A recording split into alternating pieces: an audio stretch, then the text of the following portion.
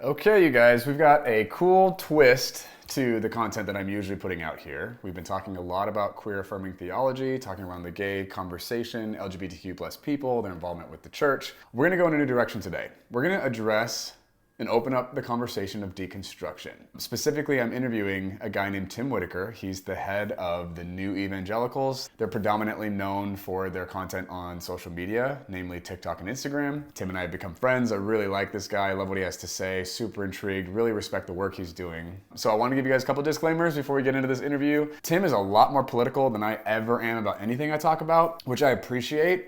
It's not something I care to get super involved in at this point in my journey. I don't know that I'll be able to keep avoiding that, but Tim is fully immersed in that, talking about perspectives and justice and faith and equity and holding accountable the harm that the institutional church has brought to the world. And I love what he's saying. I think it's really important. It's necessary. Something to note is that Tim, at the recording of this, didn't know anything about who I was or what I was doing out here. So I interviewed him in January of 2022, and it was the first time we ever talked to each other in this kind of a context was during this interview.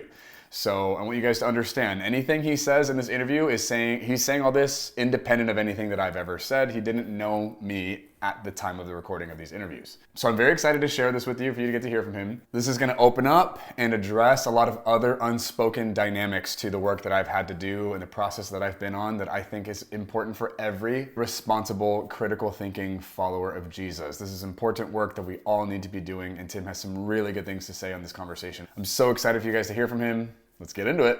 Well, hello and welcome back to Confessions of a Reformer. You guys, I've got a special guest on today that I'm interviewing. The cool thing is he and I have never spoken to each other directly until right now. So all this is going to be raw and new and anything. So I just want to, first of all, acknowledge that, again, anytime that I have a guest on my podcast, they have complete permission to say whatever they want to say.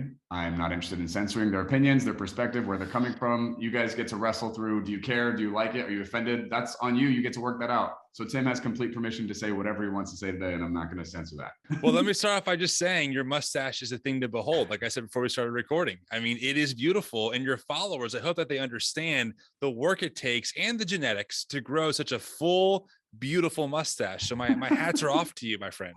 Thank you. Those of you guys who are listening to my podcast, you can't see this, but Tim has a very full, robust beard. So, you know, he's kind of throwing me some compliment for like being a fraction of what his face is capable of. Your listeners are already over this. They're like, oh my God, here we go. Two bros talking about their facial hair.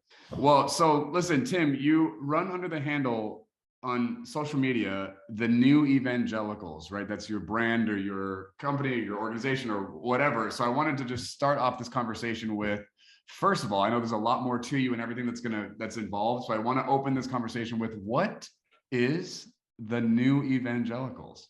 We're just here to burn everything down. I'm just kidding. We're not here to do that. Sometimes I feel like we are, though. I mean, honestly, the New Evangelicals are centered on Jesus, driven by our stories, and committed to pushing the church forward together. That's like our on paper vision statement. That kind of encompasses everything that we do. And we are pretty wide as far as what we do, but most of our content, our community things, you know, our podcast, et cetera, is aimed on in one of those three different areas, you know, either theology and understanding how to be better followers of Jesus, or listening to the stories of survivors and people who have been victimized by evangelical culture, or exposing the rampant abuse in evangelical culture and talking about ways to either push the church forward and reimagining for our cultural context new ways to gather as something that we call the church in modern American culture. Is this a community? Is this a ministry? Like what are you? It's certainly not a ministry. Let's not start using evangelical language, bro. I mean, come on. No, I'm just fooling around. But no, we're definitely not a ministry. You know, we are an online, I mean, legally, you know, we're currently forming a nonprofit. So that is on the desk of the IRS somewhere. We're waiting for that to be approved. So we are a legal entity. Most of our work is done online in the social media spaces, in the podcast space, in the Facebook community space. And we have a website. So that's most of our work. Obviously with COVID, you know, that really has hampered our plans for just some more in-person gatherings throughout the states, but we have met up now. We've done two different events in Spokane, Washington, and in Denver, Colorado. just meeting up with some people, some churches flew me out to host, and we just kind of met people from the community. So we have done that twice now, but most of our work is done online. Nice. Love it. That's awesome. One of my questions for you in your journey, which you might have shared at some point publicly that I just didn't catch, but I want to know, what was the turning point for you to realize that you weren't aligned with the American Evangelical Church anymore? Was there like a definitive moment or an event, or what was that? I get asked that question whenever we do like conversations like this, and it's a hard question to answer. But if we had to give one moment that put me in the space that I am in now, okay, so there's a lot leading up to this, but one of the final moments where I started really thinking about how maybe me as a Jesus follower is no longer in sync with the institution that I've been a part of my entire life and have given everything to as a volunteer, as someone who's helped plant churches, as a musician, right? That moment really happened with Trump. I mean, that was where the blinders really started to really fall off on a systematic level. And honestly, that's a very common one for a lot of people. So I'm certainly not unique in that. But that was the beginning, specifically when Trump got nominated for the Republican candidate as the president, potential president. I was like, this is really strange for me, because out of all the candidates, there were so many more other qualified people running as Republicans who were much more moderate and just sane at the time. This is early on. This is before things really became what they were. And I remember like hearing just kind of whispers of some evangelicals who were fans of Trump. Jerry Falwell Jr. came out and said that he's supporting Trump. I thought that's kind of odd. And then when he became the candidate, and then the Access Hollywood tapes came out. Okay. This is when Trump made the infamous line. He was caught on a hot mic, grabbing women by the, what. And I'm like, oh, well, this is actually great. This is a slam dunk, because I'm 33. So I wasn't super old, but I'm old enough to remember when the Bill Clinton stuff happened, right? And I'm like, great, evangelicals do not tolerate, especially out of all the sins, right? Sexual immorality, that is one of the biggest no-goes. And so certainly with these explicit tapes that are vulgar, they demonstrate sexual assault tendencies, misogyny, all that, this has got to be, Trump is going to be so widely condemned by evangelical leaders. And I was actually kind of giddy. I'm like, well, maybe we'll have like our own political movement. Like maybe we'll form our own third party candidate. Like, where can we go with this? And then, Jerry Falwell Jr. says, no, we need a commander in chief, not a pastor in chief. This is just locker room talk.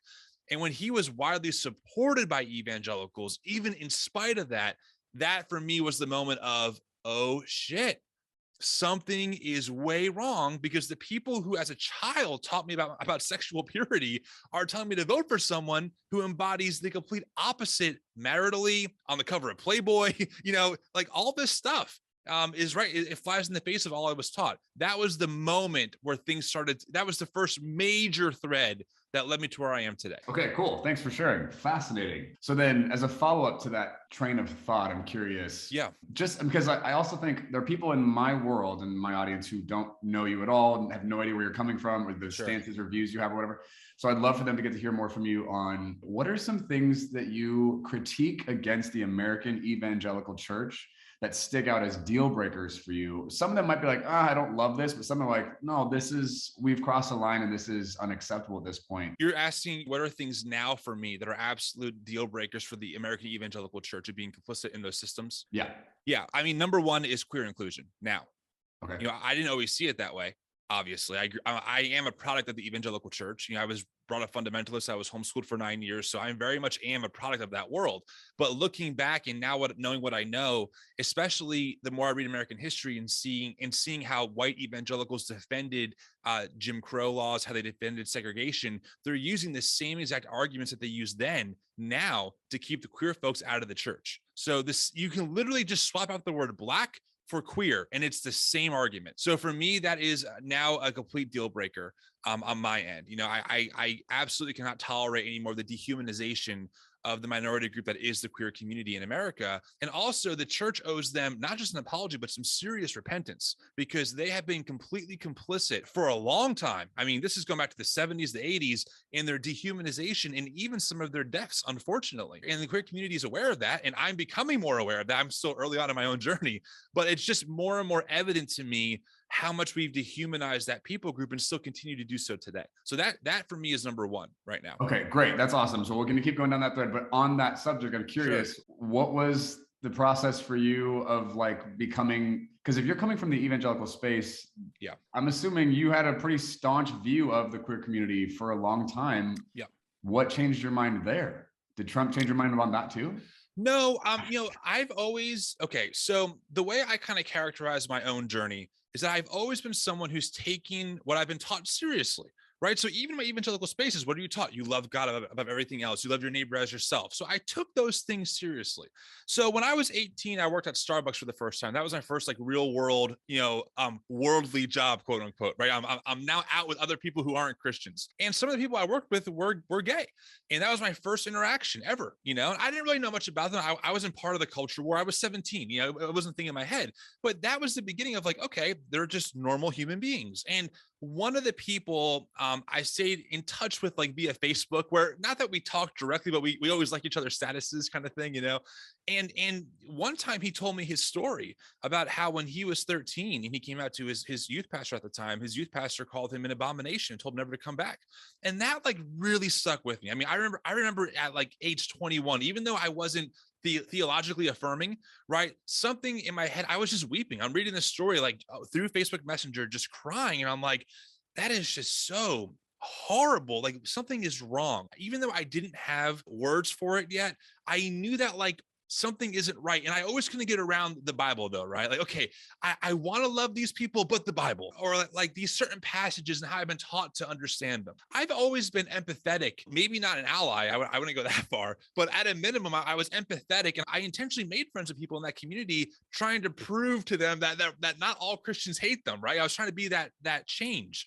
And over time, I just kind of progressed from, okay, the Bible's clear, but we can still love them kind of thing, right? To, well, like there's different ways to see it. Maybe I'm still not affirming theologically, but if people see it differently, they can be accepted that way. To now I'm like, I think that not only does the Bible not really have categories for our current context, but realizing how the Bible has been weaponized historically in America, and again, on behalf of white evangelicalism, to dehumanize entire people groups, I will not be on the wrong side of history 50 years from now. Because I'm convinced that 50 years from now, we're going to look back and say, what were they thinking using the Bible as a weapon to literally harm people in this community? So now I just choose to be on that side of the coin. Nice. Okay. So in that process, then, like you said, you're still kind of early in your journey there. You're still not like clear on how the Bible relates to the queer community. You're more like, it just can't be condemning or excluding them. So to be very honest and transparent with you, I'm convinced that at least the verses, the select handful that we have, don't really speak to the situations that we're talking about. I'm more of the perspective of, whatever Paul is talking about is more about power dynamics and, other kinds of forms. However, I am new as far as queer theology goes. Like I'm starting to dip my toes into some of those waters. So I certainly am not, someone who maybe could debate a conservative like apologist, right, and defend my view well, but I just tend to lean in those circles based on what I have heard so far. So for me, I think that honestly, and this ties into even how we view the Bible, but I'm more and more persuaded that the Bible is a book full of wisdom that is divinely inspired, but how do we use that wisdom to answer our modern day questions? And that's a whole different dynamic for me now. So this fits into that. I assume on the journey you've been on, there was backlash. There were people that are still in the evangelical space who knew you, who think you've gone off the deep end. Is that true, or was that not your experience? Oh, I mean, I was asked to leave my church last year over this social media thing. I lost my entire church community because of what you were posting on social media. Because of New Evangelicals. Yeah. Yes. I was there for 6 years, fully playing music. We helped do a multi-church worship night that we really blew up in our area. Had over 600 people coming out with 100 different churches represented at one point. It was amazing. And I launched New Evangelicals. And 4 months later, my senior pastor said, you can't have someone on the platform who is leading, AKA hitting drums and saying things online that disagree with his teachings in theology. And the choice was either to step down from leading worship, right, or to stop doing my social media stuff. And at the time, the messages we were getting on social media were so encouraging of, you're helping me save my faith. Even though it was a painful decision, it was not a hard decision. Like it definitely, it gutted me. And there's a lot of drama that came out of that I'm still working through today. This happened less than a year ago. But it was certainly the right decision, to do it. And, they said, well, you can still attend and you can serve in other places, but I'm an all in or all out kind of guy. No way I'm going to show up there being the main drummer in that stage and have people ask me every Sunday, so why aren't you there anymore? it's like, oh, I don't have time. This is ridiculous, So yeah, so I'm no longer at that church. And within a couple of months, I would say 90% of those relationships dissolved, like they're just not a thing anymore. And being a very relational type 6 Enneagram loyalist person, that was probably by far the most painful part. It was kind of the illusion was fine. The trick was up. Oh, we're not really friends. We're bonded over your perception of right belief. And now that I don't have that according to you, our friendship is gone. So that was like a wake up call to me too. Like, oh, I was way all in, way differently than a lot of you were, clearly. Right. So there's that aspect of it too. So when your pastor was like, hey, I can't have someone on the platform advocating for these things that are contradicting things I'm teaching, was it certain like theological points? Was it political views or? It was I've been kind of in trouble a little bit there in the past. We had some one-on-ones with, just my overall tone of voice and my own private social media platforms before New Evangelicals. So just for your listeners to know, New Evangelicals started December 2020. Okay. So we're not really that old. So before that, I've had other podcasts. I've been this way. I've been on this journey for a long time. So my pastors talked to me before all this, about certain things I would say on my social media channels. So, his issues, though, for this particular moment, where the way I talked about the queer community, about queer inclusion, which, by the way, at the time, I wasn't even fully affirming. My perspective was, hey, the church debates everything. Why can't this be a debated topic, but we still have full inclusion, right? Like that was my argument at the time. Kind of like how speaking in tongues, like, okay, usually people don't cease fellowship over that, right? So why are we going to cease fellowship over this? So I wasn't even like advocating for, hey, the Bible, maybe we have it wrong. I was trying to play the middle game at the time. He didn't like how I talked about tithing, and what happened was that I guess he preached on tithing one Sunday, and that week on our platform, so on our Instagram, we always have in our stories like community engagement. So I'll ask a question almost every day. What do you think about this? And then we'll just do anonymous responses, right? And so that week, I just happened to talk about tithing. It was not related at all to my pastor's preaching. I mean, never has been. I've always talked about my church anonymously in a positive way. I was trying to show, hey, you can be in evangelical spaces, right? And be part of churches that are doing things well and still be rethinking things. That was the whole shtick at the time. He thought, though, that I was, undermining his teaching on tithing because I guess of whatever I talked about on my Instagram platform, which again is weird because he's an older guy. He doesn't have an Instagram. So I don't know who was feeding him this stuff. He said that people have been talking about this, but to him, no one ever came to me. Again, 6 years I've been there. No one came to me to talk about it. But anyway, there's a lot of layers to that, but those are some of the issues. Yeah. Sorry. I'm cringing because you guys, it's funny. Tim doesn't know any of Tim, just in full transparency. You don't know anything about my background, right? I know nothing. You know nothing about my platform, my message, anything that I've got out there. No, because I know that you messaged me and you shared a little bit, but honestly, and please don't be offended by this, I get so many DMs a day. It's like, it's hard to remember all of them. So I just knew that I was going to come on the show and talk. So I something to do with Bethel Church at one point. Is that correct? That's about as far as I go.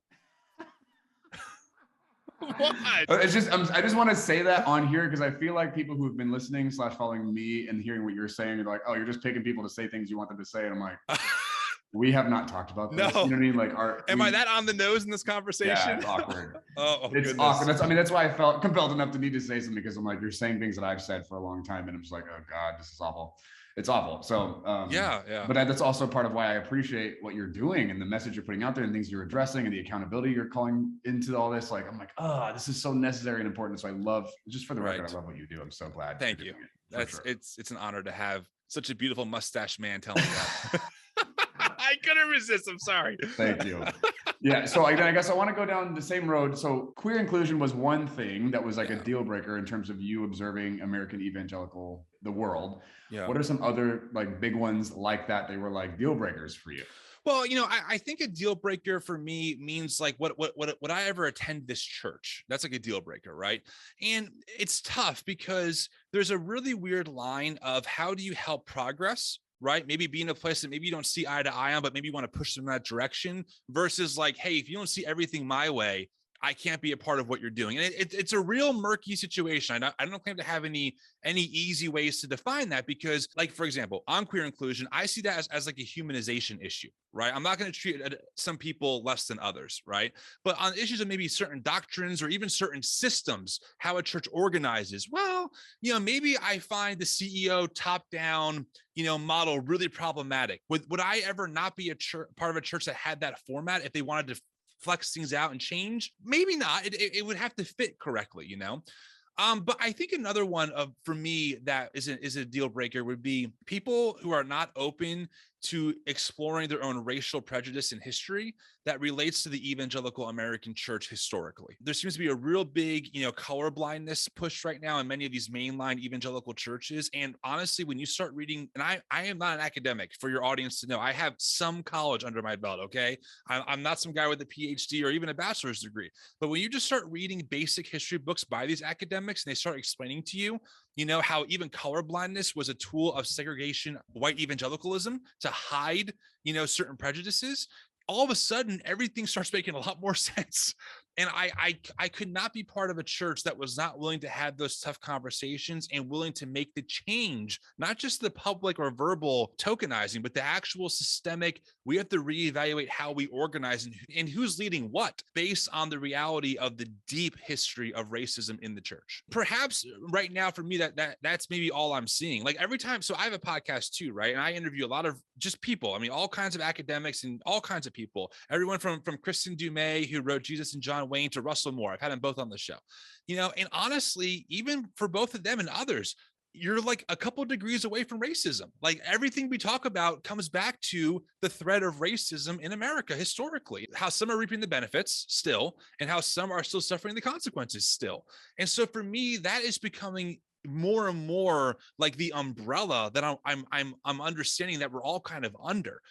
So for me, that is, it's bigger than just one other topic. It is like, it's an all-encompassing thing that I'm realizing is so systemic that I've never realized before, which to me is just, I'm out of the matrix almost sometimes. I feel like, it's that kind of feeling. Anything else on that list? You like these things? Misogyny, complementarianism theology. So for my audience, horrible. When you say complementarianism theology, what do you mean by that? Sure. Yeah. So it's the idea that, we read certain passages extremely literally that are all encompassing, that essentially say that women are not allowed to be in leadership in the church, are able to pastor in the church. And what it really leads to ultimately, even though it's not always described this way, is a less than mentality that men are to lead and women are to follow. I mean, I'm not sure how plugged in you are, Mike, and how plugged in your audience is, but Doug Wilson, who I'm not sure if you know who he is, he's a real problem. I'll just say that. He's someone who has, he's written books. This is someone who John Piper has called a friend. Keep that in mind. There's your connection. He's written books on how slavery wasn't that bad. I mean, I'm not kidding you, in the 90s. This is real stuff. And today, one of his publishing companies called Canon Press released a quote by him. But essentially what it says is that women, according to the Apostle Paul, are called to make sandwiches for men. I'm not kidding you.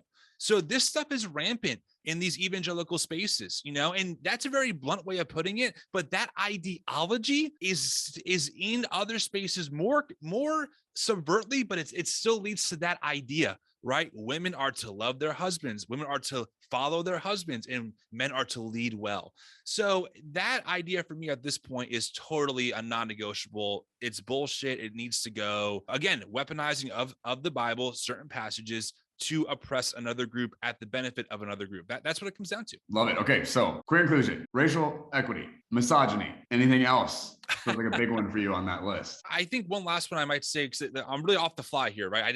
These questions weren't sent to me in a good way. I love off the cuff stuff. So if I'm missing some obvious one, I apologize. But I think one last one for me is the hardline absolutism, right, of evangelical spaces. We can know beyond a shadow of a doubt A, B, C, D, and E. I mean, a classic example of this is, do you want to know where you're going to go when you die? Do you want to have 100% confidence that when you die, if you die tonight, you go to heaven and not to hell?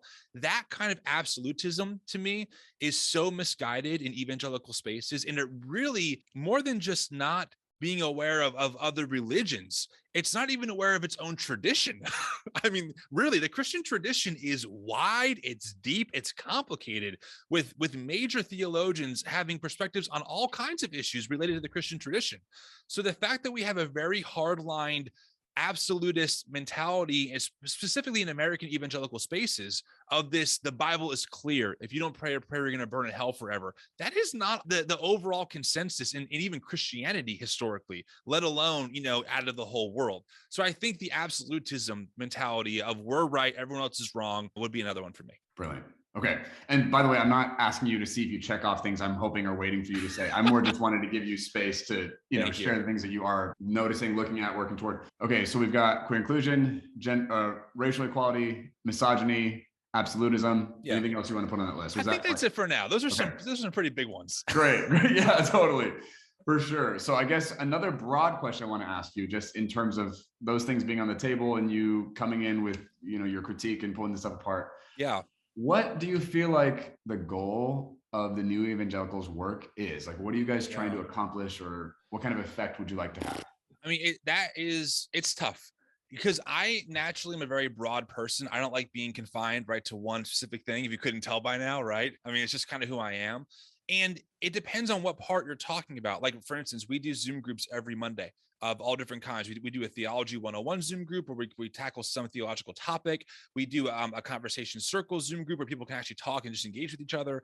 So some of the work that we do is just giving people a safe place to just share their story without being judged for it and saying, this happened to me. And guess what? We're going to believe you, right? So that is one thing that we do. And I hope that people continue to find us and be able to say, oh, thank God, I can share these things without being cast out of my church or told that I'm crazy, right? I would like for the evangelical church to start listening and start really doing some soul searching, just start looking inward to see how systemic some of the issues are that it refuses to really take accountability for. I think one example of that, right, is I'm not sure again how much your audience knows, but Mark Driscoll. I think we all know Mark Driscoll by now. Hopefully, he's pretty problematic. He's an abuser. There was a whole podcast that over 15 episodes chronicled his abuse. While that was happening, Mark was platformed at Gateway Church, which is the second largest church in America. He spoke to pastors during their conference.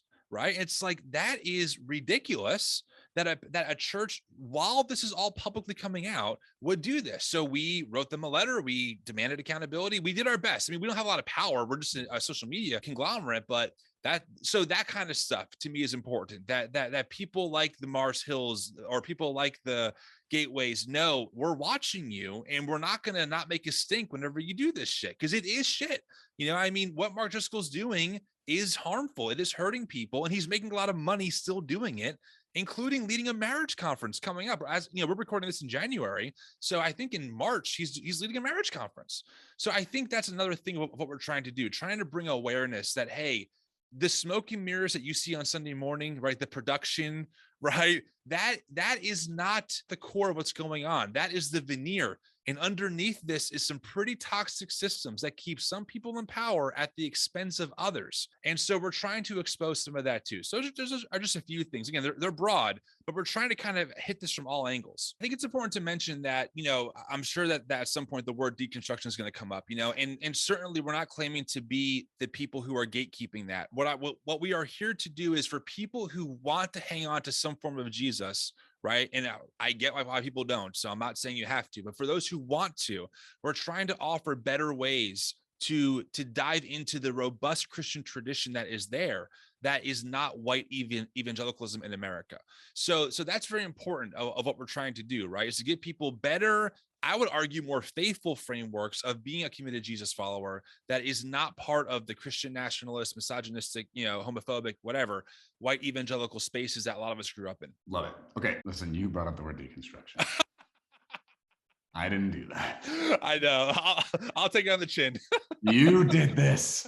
Okay, so I'm curious, just for, again, people just getting to know you from this space, if someone who is heavily plugged into or actively participating in the deconstruction process, would they find support, comfort, help in the work you're doing? Would they feel like it's kind of a direction they don't care about? Well, it really depends. I mean, it's really not frustrating, but it is like something that people are all fighting over what deconstruction is and isn't. Someone who runs an account that's a little more public was like, I'm not using that term anymore. It's become hijacked. That's totally fine. And honestly, we don't use that term super often. We use it when we need to describe it as like a catch-all phrase, but I get it.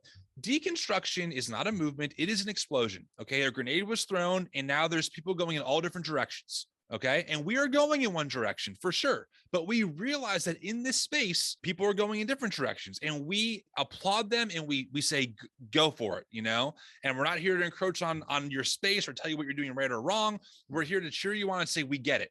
But for people who maybe are having a crisis of theology, not a crisis of faith, we're here for those people. That's what we exist to help out. That is the funnel that we're trying to catch, while realizing that not everyone will fall into that funnel, and that is totally fine. There are other people and other accounts doing other kinds of healing work that we just can't do, and we recognize that, and it's not a right or wrong thing. It's just a different path thing, and we encourage it. But for us, we still are centered on Jesus. We're still kind of theology nerds. We're still kind of curious. We're trying to figure out how all this shit works in the Christian tradition, and so for us, we're still heading in that direction. The grenade example or analogy is helpful. Yeah, I think so. The thing everyone has in common is what they're moving away from. Honestly, right? That is really the thing. Yes, exactly. When you say the term white Christian nationalist, right? I would love for you just it's like I'm setting it's like a wild turkey for you to go hunt. Thank you. Well, I mean, I would love, because that does feel like a strong theme in what you go after on social media. Totally. Things you critique and continue to present evidence to, like, expose, like, this is happening. I would love for you to, because this is not something I talk about a ton in my world. I would love for you to speak to people who maybe don't think a ton about this or don't engage in this conversation actively. What are some things that you would bring to the table in terms of just first laying out, here's a thing that we have a name for or words for that we're recognizing as problematic, and here are the problems that I'm seeing? Okay, so this is something maybe I'm almost most passionate about. This is what, again, launched, right? 2016, the Trump thing is what launched me into a lot of this stuff. We have to understand that, first off, Trump was not out of thin air. The whole Trump thing and what you're seeing even now did not happen overnight. These seeds have been planted a long, long time ago. I pick it up from the late 70s, 80s with Jerry Falwell, who planted Liberty University. Okay. Jerry Falwell was a raging segregationist. He was racist, homophobic. Jerry Falwell was the one who, after 9/11, blamed 9/11 on the gays and the lesbians, according to his words, and, the abortion clinics as God's judgment. That's who Jerry Falwell was. And he was responsible for starting, I know it's intense shit, but it's the reality. This is why, we do what we do, because as a white evangelical, I was never taught that. Right. I wasn't taught about the people who the moral majority was founded off of, that had these views of literally Jerry Falwell in particular.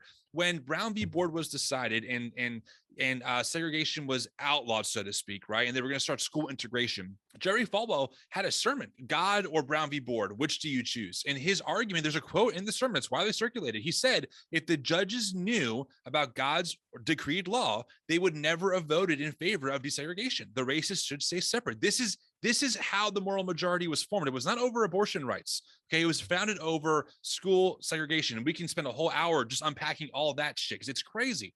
So this is what got Jerry Falwell politicized. This is what got evangelicals politicized. This is the beginning of evangelicalism in America becoming a political movement. The term moral majority is formed. Paul Weyrich, another guy with Jerry Falwell, a conservative political strategist, they formed this movement. This is where you get satanic panic. This is where you get, hide your kids, liberals are coming for you. This is all the fuel. And then right-wing radio starts. Rush Limbaugh, okay, Sean Hannity, they come on the scene, and now they're starting to really merge. So you have this Christian ethic, which is really, a nationalist ethic, now merging with right-wing politics, and they're becoming more nationalistic in their tendencies. And nationalism simply is the idea of the dominant group, right, wanting to preserve its power and privilege at the expense of other groups in the name of equality. So nationalism is actually, it's a thing that exists anywhere. And in America, there's no exemption for it. And then when you have the Christian element, if we hide a lot of this language in Christian thinking, this is a special nation, this is a privileged nation by God, the founders were all Christian, etc. Now we have this Christian nationalism, where now we're using God language to justify and to argue for why things should stay the way that they are, which again, who benefits? Mostly white men, and really white people. They benefit in these systems while minority groups are historically disadvantaged. That's what we're talking about when we talk about Christian nationalism. And it has absolutely not only seeped into the evangelical church, but the evangelical church in America has become one of the leading places where this kind of ideology is spread, is propagated, and is promoted. So Trump knew that, and that's why Trump hopped on to the Pentecostal vote. I mean, I'm sure you've all seen the picture. of Kerry Jobe, Sean Foyt, the Bethel leaders, right, praying over the president. Trump is not dumb, and he knew exactly the words to say. He knew how to court them, and he did. And I would argue, I know I'm going here, so stop me whenever you need to, but this goes into dominionism theology, which I'm sure you're familiar with. Like we're really into some really what seem like underground waters that are very public in the fruit that they produce, even if that language isn't used historically. So Christian nationalism is absolutely a major player. Even though statistically it's a fringe perspective in Christian thought, its ideology is well accepted by many other people without calling it Christian nationalism. That's how 80% of white evangelicals can vote for Trump in 2016 and in 2020. Right? It wasn't just a one-off. It was twice. There's a reason for that. For the people who are listening, who this might be a lot and new for, yeah. What does a Christian nationalist sound like when they're talking? What is something that a Christian nationalist would say, even if they don't even realize that's where they would fall categorically? It's actually very straightforward. America is exceptional, and we are a privileged special nation, and God has blessed our country immensely. And we have to make sure that we are giving thanks to God for this, and we have to protect our God-given freedoms. And there are people who want to destroy this country, and we have to stand up against them. And we have to make sure that we have religious freedom for all, which really is code for them only. And, it's important that we are a country who's on its knees praying to God consistently. It's also important that we vote for politicians who want to bring America back to God, and we have to be aware that there's real threats out there, like critical race theory, that wants to destroy the church and wants to destroy our country. And that's why there's an enemy out there that we have to be aware of, and we have to pray to defeat it and be mobilized. That's kind of the idea. Okay, so that didn't take much thinking at all. No. I mean, I grew up in it. I grew up listening to this, and like I said, at one point I believed a lot of it as a kid. So is there anything from what you just said when you were playing that character that you're like, some of this stuff is good, or you're like, hey, anything I just said, if that resonates with you on a deep level, you should be concerned in looking at that? While I wouldn't say America is the greatest country on earth or even the most free, so, I'm grateful to live here, right? We certainly have privileges. I'm grateful for the freedom to be able to say and have a podcast talking about Jesus with no persecution. That's certainly a privilege. I think all of us have that. I'm grateful that there is a government that does at times work well.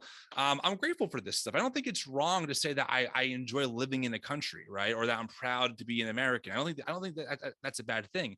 The problem is when this is all code for protecting our way of life. And by our, it always comes back to a white dominant culture. Okay, it's not so much about a skin color, right? Because that's how Candace Owens, for example, right? She's loved by conservatives. Why? Well, she really espouses a white dominant idea of life and of our current national affairs. So that is the problem. Is like those words are really dog whistle words, right? They're coded to trigger certain responses by people who are like, yeah, you're right. Religious freedom. I mean, a good example of this really quick. I interviewed a pastor, Samuel Duth.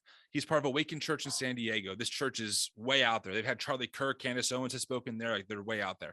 I interviewed him and we talked about this. I said, talk to me about this religious freedom thing. And he's like, yeah, we need religious freedom is good. I said, well, for who? Like for who? And he goes, well, what do you mean? I said, well, do you support the people who are queer, the right to get married? No. Okay, so it's not really freedom for all, right? It's not religious freedom for all. It's freedom for you to then oppress other people based on your religious worldview.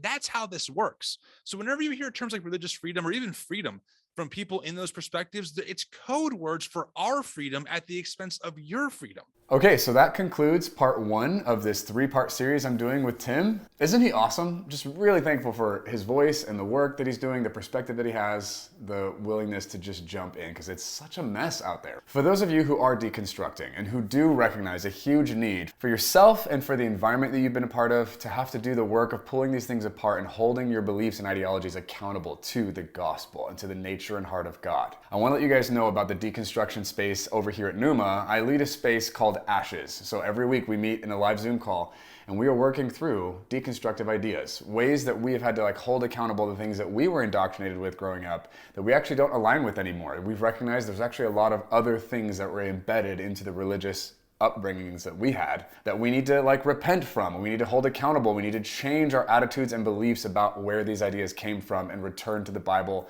and hold that space accountable to love, to justice, to truth, and to equity for everyone.